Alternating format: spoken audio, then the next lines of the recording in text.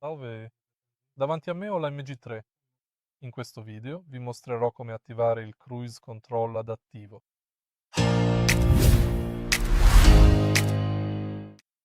Per attivare e utilizzare il Cruise Control Adattivo, innanzitutto allacciate la cintura di sicurezza, avviate l'auto e mettete in marcia D. Successivamente iniziate a guidare e poi premete questo pulsante.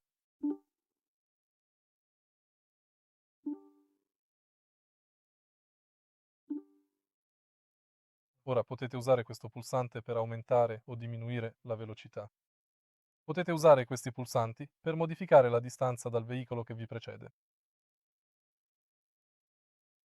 Per disattivare l'assistenza alla sterzata, premi nuovamente questo pulsante e questo è praticamente tutto.